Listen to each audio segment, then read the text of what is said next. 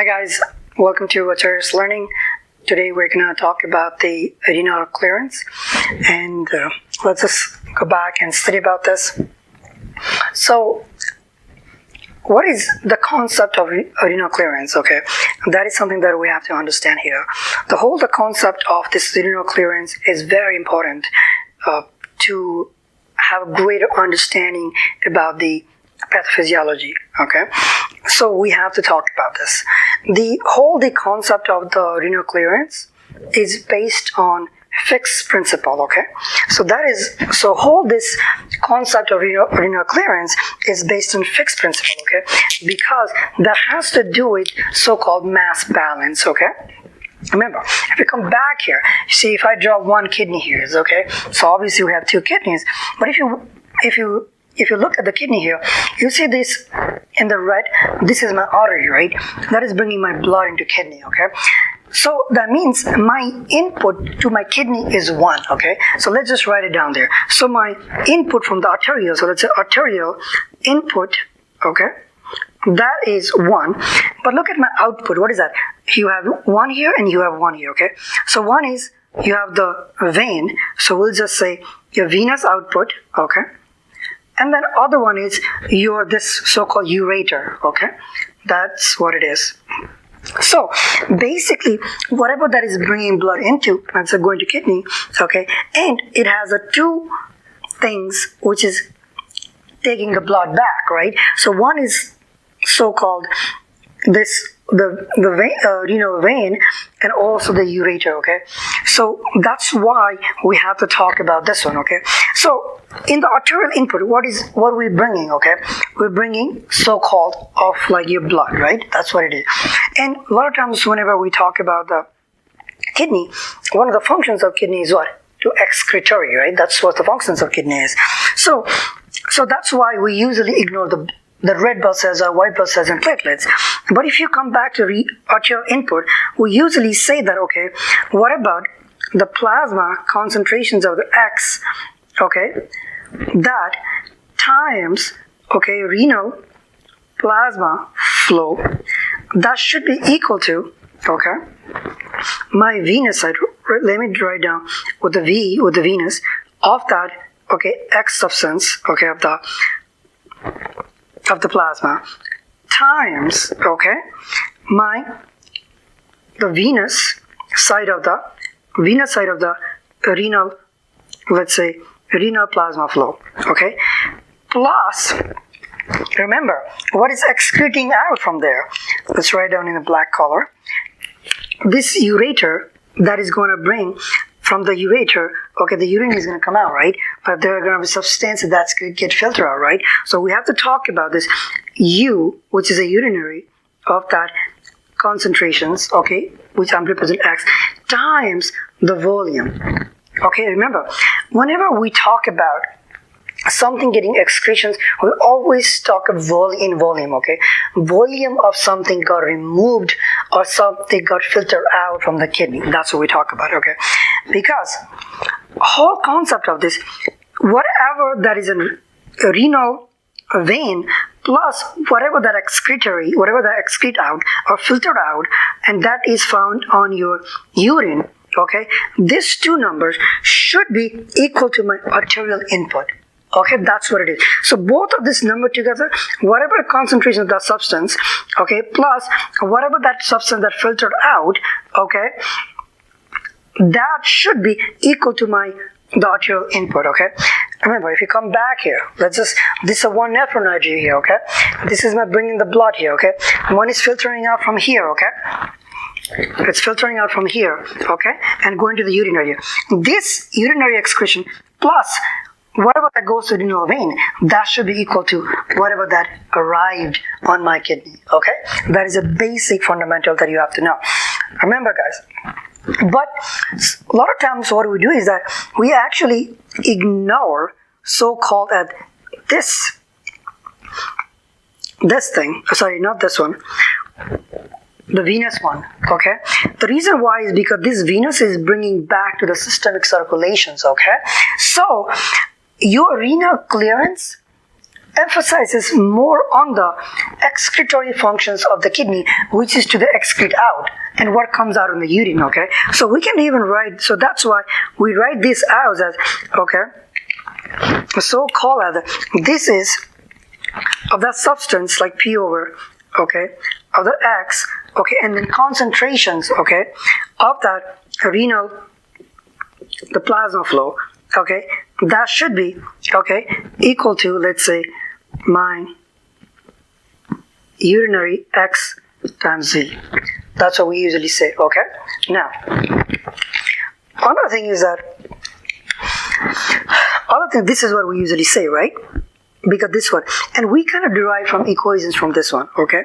Because remember, this is renal plasma flow. That's the one that gets filtered out, okay? And this is a substance, okay, that gets filtered out, and this is a renal plasma flow, okay? That is what's only going to get filtered out, right? So if we want to, like, let's say, derive an equation from here, okay, this is very, very important, because using this plasma concentration, let's say if I want to find out, okay, what is going to get excreted out, okay? So basically what we do is that this plasma concentration of substance here, okay, that substance, it could be anything, okay? It could be sodium, it could be chloride, it could be inulin, it could be anything, okay? That substance, it depends on one thing. Whatever the substance is, okay, whether it's going to get freely filtered or not, okay, and that depends on this glomerular, this filtration membrane, okay. That's the reason why we call this as, this plasma concentration itself is depends on, so-called as, time of the X substance. It depends on the clearance of that, let's say, substance, okay, is equal to the urinary, whatever that comes out, of that substance times the volume, okay? The volume means the amount of volume that got filtered out from these nephrons. That's what we're talking about here, right?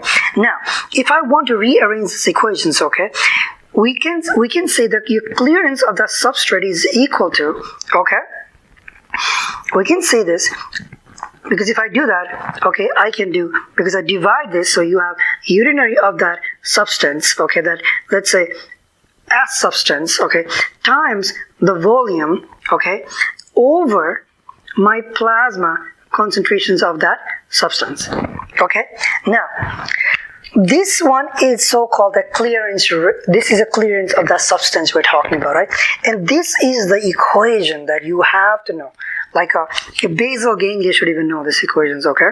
This is very, very important, because this clearance of that substance that basically tells you about, okay, whatever that went on the urine, whatever that excreted out in the urine, plus the volume, which is going to be in ml, okay, per minute, amount of volume that has been excreted out, okay, times the amount of substance that you find that in your urine over the plasma concentrations of the substance, okay, and that tells you about the clearance rate, okay. Now, whenever we talk about the rate, we talk about the time here, right? Now, this is something that you have to remember, because this clearance rate or clearance of the substrate, we usually clearance of, and this is for clearance for any substance, okay, and usually this clearance of substance, okay, that is indicative of your glomerular filtration rate, okay, GFR, okay, that's an index of your glomerular filtration rate, and we'll have to talk about that too, okay. Now, before even we go there, okay, if we see this, okay, look at here, okay, if we see this plasma of that concentrations plus the the clearance rate is equal to so-called urinary, whatever that came out on the urine, right? So I can even simply say, whatever that came in here, whatever that got loaded here, okay, that got filtered out based on the glomerular filtration membrane, right? So we can call this as filtered load. My filtered load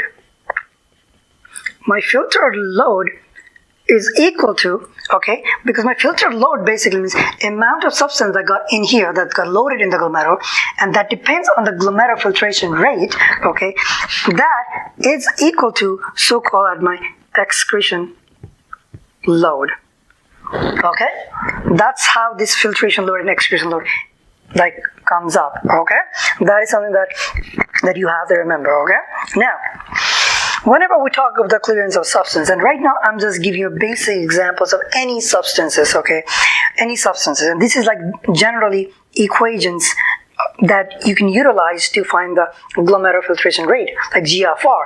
And GFR is what? That is the index for your, to understand the severity of your kidney functions, okay? Because it's the fluctuations on your glomerular filtration rate that tells you about whether kidney is abnormal or kidney is normal, okay? Or kidney is recovering, okay? So that's the reason why we have to understand these equations, okay? And this is the equations. I just want to let you guys know how it, like, with using these Fick's principles, okay, how these equations are derived. That's what I want to emphasize on, okay? Now, after this, we have to talk about certain things. That is so-called as, in order to find, we're talking about the clearance, right? The clearance of substrate, the clearance of any substrate, okay? But what are those substrate, okay? If you want to find the index of GFR, okay, we have to understand what are the gold standards of, what are the substrate, okay, we can use as a gold standard to measure your GFR, okay? And one of the one is, it's a non-natural substance, okay? We call them as, okay, let's just write down this. Right down here, it is inulin, okay? And this is a non-natural substance, and human body does not make this, okay? You have to find from outside sources, and you have to intravenously inject to the person, okay? And this inulin is it's a polysaccharides, okay, and it can found in different plants, okay, and it is a gold standard to measure GFR, and I'll tell you why, okay, because in order to measure your glomerular filtration rate, there has to be certain characteristics, okay, of the substance, and let's talk about certain characteristics of the substance, okay. One, it should be free, it's stable in plasma concentration, right? That's what it is. Other one is, it should be freely filtered into Bowman space, okay? Bowman space, that one. Other one, it should not be bound to plasma protein, okay? Other one, what are there? It should not get reabsorbed. So reabsorption, no reabsorptions, and no secretions, okay? And other one is, it should not get metabolized by kidney, okay? No metabolized by kidney. So these are some of the characteristics, okay? And inulin has that, okay? Inulin, whenever you inject, it can be stable in your plasma. It freely filters in your Bowman space. It does not bound to the plasma protein. It does not get reabsorbed. It does not get secreted, and it does not get metabolized by kidney. And it is also non-toxic, okay? And it's also, the molecular weight of inulin is about like 5,200, okay? Daltons. And not only the inulin, there are also other ones like mannitol or even sucrose. They do have these characteristics as well, okay? But we usually use inulin as a gold standard to measure GFR. And this is like, I repeated like 3 or 4 times because it's really important, okay? Now, but typically what we do is that, because inulin is expensive, okay, and it's very complicated. So because of that, we do not usually use inulin to measure GFR. What we use is something that our body makes, and that is called creatinine, okay? Creatinine we use, and creatinine is a standard use, okay, to measure your GFR, all right? And your creatinine has all those things, okay? They're stable in plasma, because remember, the creatinine is produced by what? It's the byproduct of your skeletal muscles, right? That's what it is. And it is proportional to your muscle mass, okay? And it is producing in a constant rate. That's what it is. So, because of that, as you age, what happens is that your muscle mass of that person decreases, okay? So if the muscle mass decreases, your GFR also decreases, okay? So if you have a increased muscle mass, your creatinine level would be higher. That's also a thing, okay? But I'm talking about the steady state, okay? So usually what happens with your creatinine has all the characteristics as inulin has, except from one thing, and this is something that you have to remember. Your creatinine, let's just write down, okay? Your creatinine has one more characteristic that is different, and what that is that, okay, creatinine gets freely filtered. It is stable, okay, it producing a constant rate. It does not get reabsorption, but it gets slightly secreted, okay? It gets slightly secreted from the proximal tubules, like right down here. Like this is my proximal tubules, so let's write down, okay? Right down, it gets slightly secreted from from here. Let's just make, this is my peritube, okay? From here, okay? It gets slightly secreted, okay? Because of that, what happens is that usually your GFR can go up, okay? Like from about 10% or so. Like it is overestimations of your GFR, but it is made by your body or skeletal muscles. So because of that, what happens is that because of that, what happens, we can use that as to estimate your GFR, okay? It is slightly overestimations of your GFR though, okay? It's because there's a slight secretions of the proximal tubule cells, okay? That's one of the exceptions that I wanted to emphasize on you guys, okay? Now we're talking about this inulin, okay? Now inulin, what do we say? The inulin gets freely filtered, okay? Freely filtered. That means, okay, whatever that blood is coming out here, right? Like let's say that from the plasma, okay? If every minute, let's say, if 1 ml of my inulin filters out, okay? That means if my glomerular filtration rate is 120 ml per minute, then what is going to see in my urine right here? I'll have 120 ml per minute, okay? That is what I'm going to see in my urine, okay? Because let's say if I have 1 milligrams, okay, per deciliter, that is my inulin concentrate that is filtering out. When my glomerular filtration rate is 120, okay, ml per minute, that means my urinary, every minute if it's filtering out, then if it's 120 ml per is filtering out, then how much is going to filter out here? It should be about 120. Because remember, whatever that gets filters does not get absorbed, does not get secreted. So it should be 100 ml per deciliter.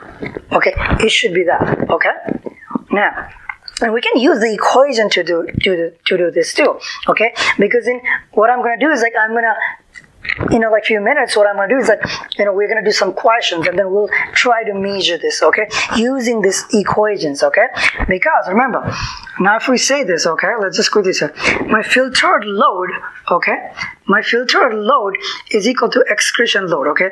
So now if I want to find the clearance of inulin, right, let's just write down clearance of inulin right here. That should be equal to, okay, my urinary inulin concentrations, okay, times, let's say the volume over, let's say this is my plasma concentrations, okay, and my plasma concentrations of my inulin. This is what it is. So let's say this inulin, as we said, a gold standard of that, okay. So let's say I have if you want to find the clearance of this inulin, okay, what do? We do is that, okay, whatever this number is, okay, urinary concentration of inulin. Let's say it's, what do we say? 120, okay? You have ml per deciliters over how much is filtering out, okay? 1 ml per deciliters times the volume, okay? The urinary flow rate, and that is measured in your ml, okay? And we'll say that is 1 ml per minute, okay? Because every minute, that's the urinary flow rate, okay? If we do this, what is happening? This unit get cancels out. My clearance inulin would be about 120 ml per minute, okay? And that is my clearance of inulin, okay? And that is a gold standard. And this clearance of inulin is an index of your GFR. Instead of writing clearance of inulin, I can say GFR is equal to 120 ml per minute. Okay, so that's why I can say my filtered load, in this case for the inulin, I can say my plasma of this inulin times my GFR, I can say, okay, because inulin is a gold standard GFR, is equal to my urinary inulin times the urinary flow rate, which is a volume, okay? In that case, I can able to determine the GFR, okay?